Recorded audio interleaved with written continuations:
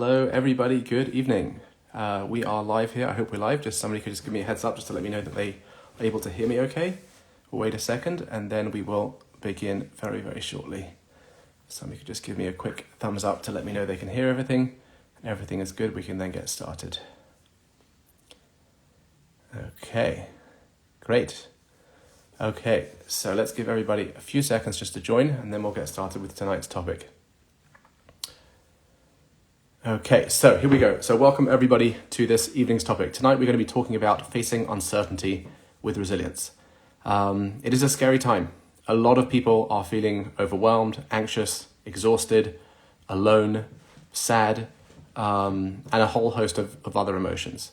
And it's a scary time. There's a lot of uncertainty. People are asking me, do you think this could lead to World War III right now? And the honest answer is we don't know.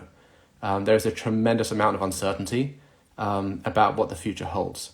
And a lot of fear. People are very fearful for the first time. Growing up in London, England, I experienced a fair amount of fear because of my faith.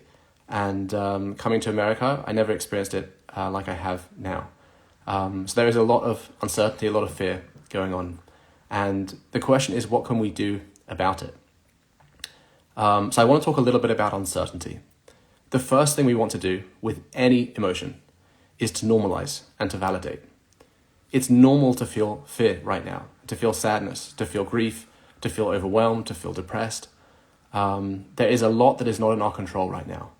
But I also want to highlight a really important point, which is that there never really was to begin with. Hear me out a little bit. Let me give a little bit of a spiel, and then we'll talk a little bit about some of the points that we can come away with on a practical level. But people are asking me all the time. I get calls about what do we do? There's just such an uncertain future. And after validating how they're feeling, I also take a step back to acknowledge that we have always had an uncertain past, present, and a future. Most things in life are out of our control. In fact, we are experts at embracing uncertainty, lack of control in most areas of our life. We go to work, we take trains, buses, we go to restaurants, we eat. Maybe the food has been poisoned. We go out with people, we meet with people, we don't worry about them stealing from us. Maybe sometimes we do. We walk down the streets of Manhattan. Do we worry about buildings collapsing on us? Some of my clients do, but a lot of other people don't. We take trains, subways, elevators, planes. Do we worry about what's going to happen on the planes? Yes, some people do, but a lot of people don't. And the clients that I have who do worry about certain things don't worry about other things. So the first thing I want to realize is that we do not have control over most things in life. And this is really scary. In my old office where I used to work, there was a book called The Book of Risk, and it spoke about 200,000 different things that could go wrong. A nice good read at the waiting room to talk about anxiety. Apple juice poisoning, global pandemics, you name it, anything. And the point of this is not to scare us and to make us feel that, okay, anything could happen at any point and therefore we are doomed. It's scary. It's okay to feel scared. We'll talk about the current situation about feeling really scared. And we want to normalize that, absolutely. But we also want to remind ourselves that most things in life we do not have control over. Most things are uncertain. In fact, our spheres of control are very, very limited. And although this can be really scary at first, it's also humbling. And it's also crucially freeing. We do not need control or certainty to live. Most of our life, we go about our day without having control or certainty. Now, it's very hard to do that right now. And that's the first thing we want to acknowledge, is that it's really hard to do. It's really precarious, the situation, and everything that's been going on, and everybody knows somebody who's affected by the situation, if not people themselves. And it's tragic, it's awful, there's no way to describe the situation. It's normal to feel a certain amount of fear, to feel scared, to feel down, to feel hopeless. It's normal to feel that. However, we want to come back to that calm, compassionate, composed, confident center that we all have. I want to talk a little bit about those spheres of control. There's so much that we do not have control over, but there are some areas that we do. And that's our actions and our daily values. So I want to think about this in terms of balance. When an emotion comes up, it needs to be digested, just like anything. So whatever it is that we're feeling, whether we should be feeling it, whether we shouldn't be feeling it, whether we would like not to be, we need to first accept and acknowledge that we are feeling something.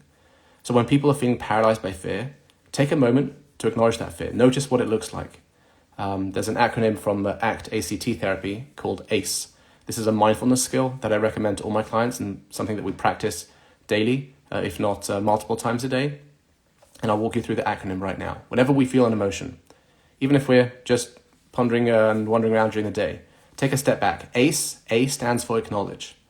Acknowledge what it is that I'm feeling. Notice some of the thoughts that are going through my mind. Right? What is my brain pumping right now? My heart pumps blood around my body. One of the functions of the brain is it pumps thoughts. Some of those thoughts I'm going to use to make decisions, and some of them I'm just going to notice them. So the first thing I want you to do is take a step back, just acknowledge. What are some of the thoughts that are going through my mind right now? What am I feeling in my body? Crucially, connect with my body. Understand, what am I feeling in my body right now? Am I noticing any muscle tension anywhere? Personally, when I feel stressed, the first thing that happens to me is my chest starts to tighten up. A lot of people feel tension in their head, in the top of their head, in their neck, in their shoulders. They feel nauseous or hot.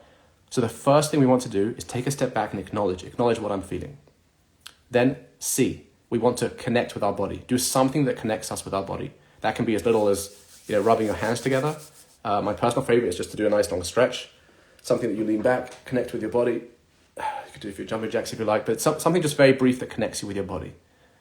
So again, A, we acknowledge what we're thinking, what we're feeling, this fear, and we really allow ourselves to acknowledge it and to notice those emotions, the thoughts, the physical sensations, the emotions. Then C, we connect with our body.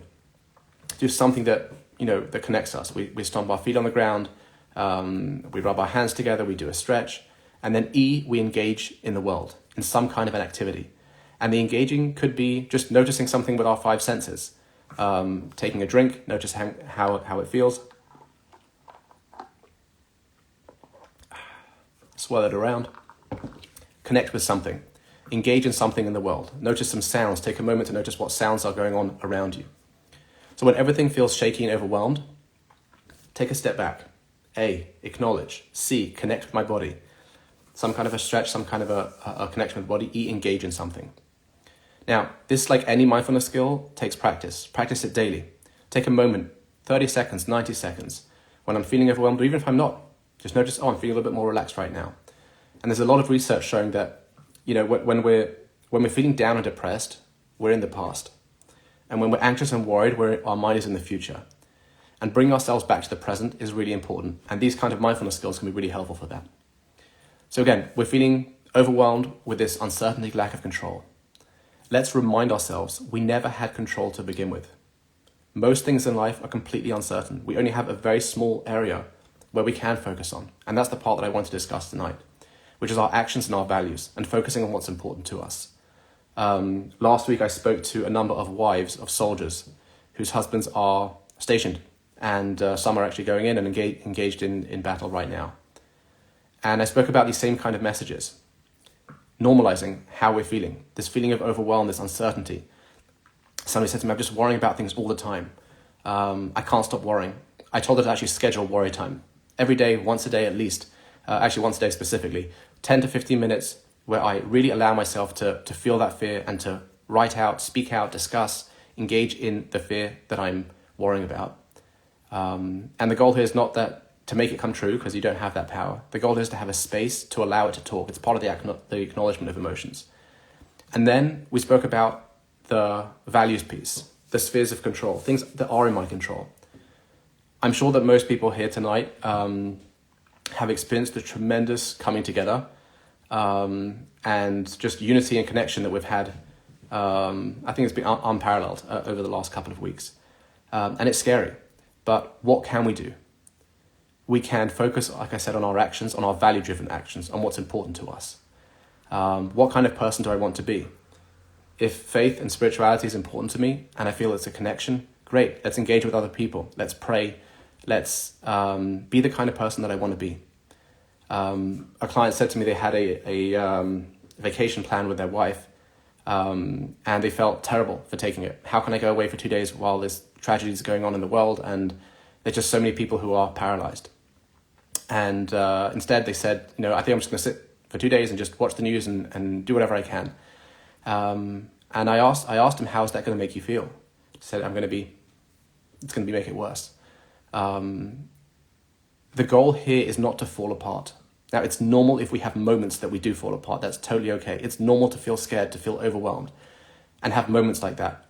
And we want to acknowledge them and allow them and feel them. And then we want to come back to that center. Go rejuvenate, replenish, look after yourself. The greatest thing we can do right now is to look after ourselves so that we can be able to help other people and be the best kind of people that we can be. Focus on our values, what's important to us, the kind of people that we want to be, the things that are important to us, whether we're praying, whether we're doing acts of kindness, whether we are engaging in study, whatever it is that we're doing. Focus on the kinds of things that we want to be doing. Remember that so much of life is out of our control, most of it, even in these dire circumstances. And think about what are the kinds of things that I can do. Looking after yourself and the people around you is not selfish. That's how we keep going. And we need to come back to that. We need to come back to ourselves. And we should absolutely use this as an opportunity to regroup, to think about what is important to us, what kind of people do I want to be, see how I can come together, how I can be a better version of myself. But the goal here is not to fall apart. It's normal to fall apart and to feel that way at times, but we want to keep coming back to that center. So facing uncertainty, life is always uncertain. Almost everything in life is uncertain and we have lack of control over. There are very few things that we do. And that's scary, it's humbling, and it's also freeing. Because it means in any situation, I have choice, I have freedom, I have ability to go about my actions as best as I can. So I want to ask people what the term resilience means to you. When I say resilience, what does that mean? So some people are like, resilience means strong, we've got this, I can do this. What does resilience mean? So I think a simple definition of resilience is, this is not the end. This is not the end. If we are alive, this is not the end and there are things we can do.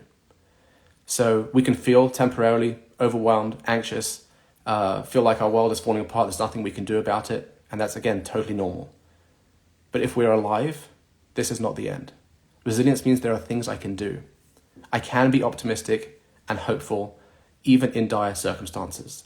The ability to hold more than one emotion. The ability to embrace and acknowledge what I'm feeling and the stressful emotions and the overwhelm, and to move forward. To move forward in doing everything that I can, whether that's in advocacy, whether that's in improving my own character, in being nicer, in being a better person, in praying, in studying, whatever it is that I'm doing, acts of kindness. Resilience means this is not the end. So when we notice ourselves feeling overwhelmed, let's remember that. ACE, acknowledge. I also might add allow all the emotions to come in, right? We can't force an emotion out. It's like a wave. If we hold a surfboard up against the wave, it's going to come crashing down. All we can do is learn how to surf and ride those waves. And research shows the peak of an intense emotion only lasts about 90 seconds at most, the peak of it. If we don't push it away, if we allow ourselves to feel something, it will rise, it will peak, and it will come down all by itself. Now, we may have a few different waves that come up, and that's okay. But the key here with emotions is, let's not fight them, let's normalize them. A, acknowledge, allow it. C, connect with my body. Do something that brings me into this world.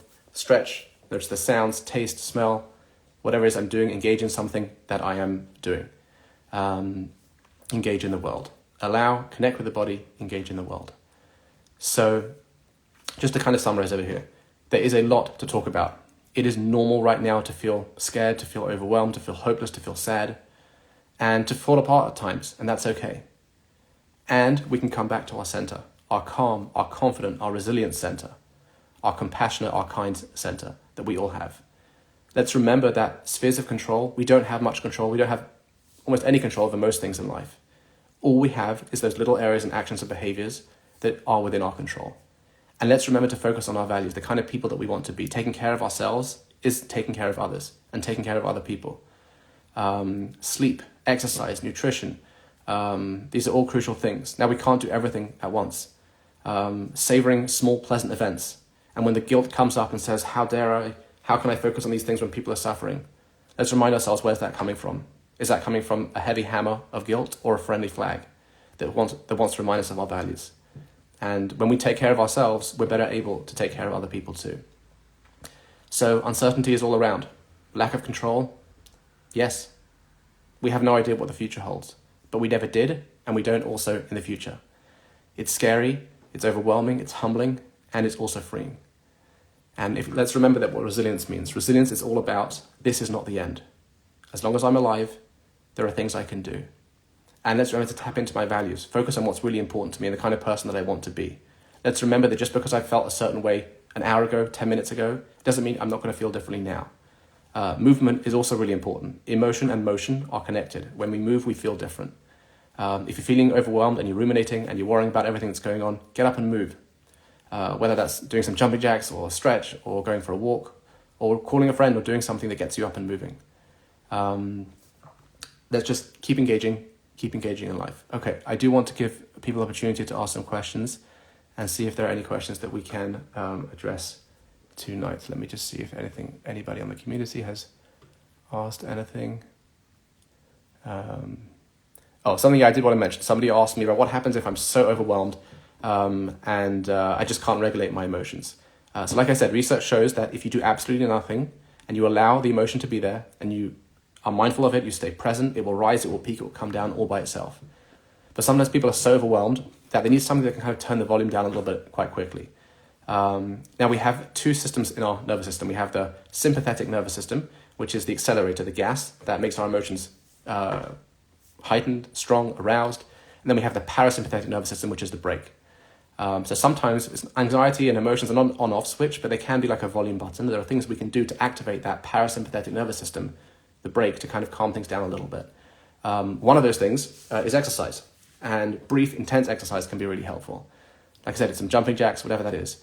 But a personal favorite of mine is activating a cold center of our brain and our body. Using cold water, ice, cold actually impacts that parasympathetic nervous system and slows down the arousal. So if you're feeling super overwhelmed, I do this with clients all the time. Take some ice cubes, hold them in your hands for 30 seconds, put one under your tongue, run your face under cold water, put an ice patch over your forehead, go outside if it's cold, and do this a few times. And that can often actually have an impact on kind of lessening some of that emotion. But like I said, exercise in cold, deep breathing can also be really helpful for a lot of people. But let's remember, we don't have to do anything. All by itself, emotions are temporary. They will rise, they will peak, they will come down. So let's remember, acknowledge, allow it, notice it, my thoughts, my physical sensations, what I'm feeling, what emotion. Let's connect with our bodies and stretch or do something that makes us feel our body, and let's engage in something in the world. Let's remind ourselves we never had certainty or control in most things in life. And even in these dire circumstances, there are things that we can do to keep going, bring ourselves back to that calm, confident, kind and compassionate center where we can engage in our values, in what's important to us, and be our highest selves as best we can. Yes, somebody said tip skills from DBT, absolutely. T for temperature, bring the temperature down. I for intense exercise. P for paced breathing. And the paced breathing one, I'll just mention it very briefly now. Why not? Okay, let's just do a little bit of breathing here. So sometimes when people do deep breathing exercises, I remember when I first started this in mindfulness training, people actually feel more stressed. It's like, it's not working. I'm not relaxed. I'm not calming down. So the goal here is not to calm down and relax. It often will help, and it will happen with time when you practice it. But the goal here is simply to be present, and it can actually help slow things down a little bit. So let's actually do something. Let's put one hand on our chest and one hand on our stomach and take a couple of deep breaths. So in through the nose and then out through the mouth.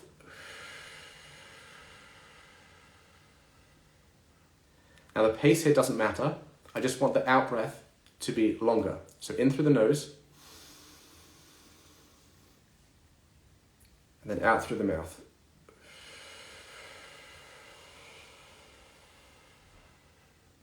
And we're going to try it again. This time when we breathe in through the nose, I want us to push out our stomach against this hand. So as we're breathing in through the nose, I'm pushing the stomach out against this hand. And then out through the mouth, letting everything go. We'll do two more. In through the nose, pushing this hand out against the stomach, and then nice and slow out through the mouth, whatever pace feels comfortable through you. In through the nose, pushing that stomach out against the hand, and then out through the mouth.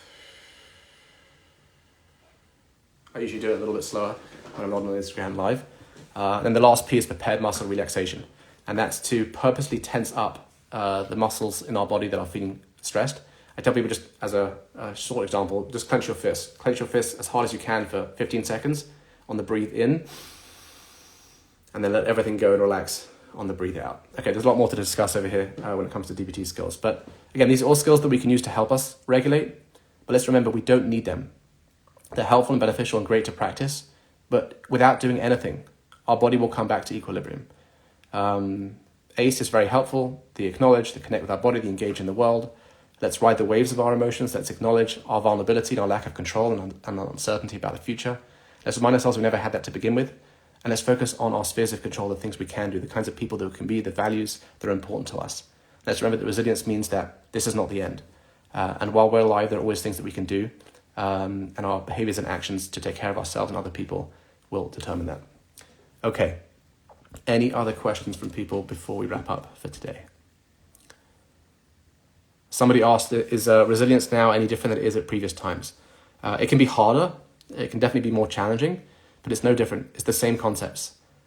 Fall apart temporarily, have moments where we have our scheduled set worry time, where we worry about the things about the future, and then come back to our centered, calm selves and focus on our values and the things that we can do to be better versions of ourselves, for ourselves and for other people as well. Okay. Any other comments or questions before we wrap up for tonight?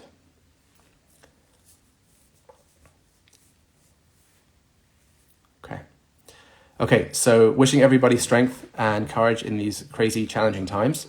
And let's try to be resilient as best we can. Let's try to do one small action step tonight, tomorrow, to take care of ourselves, to take care of other people, and focus on those small areas that we do have control over, living in line with our values and being a better version of ourselves for other people too. Okay, have a great night, everybody. Take care.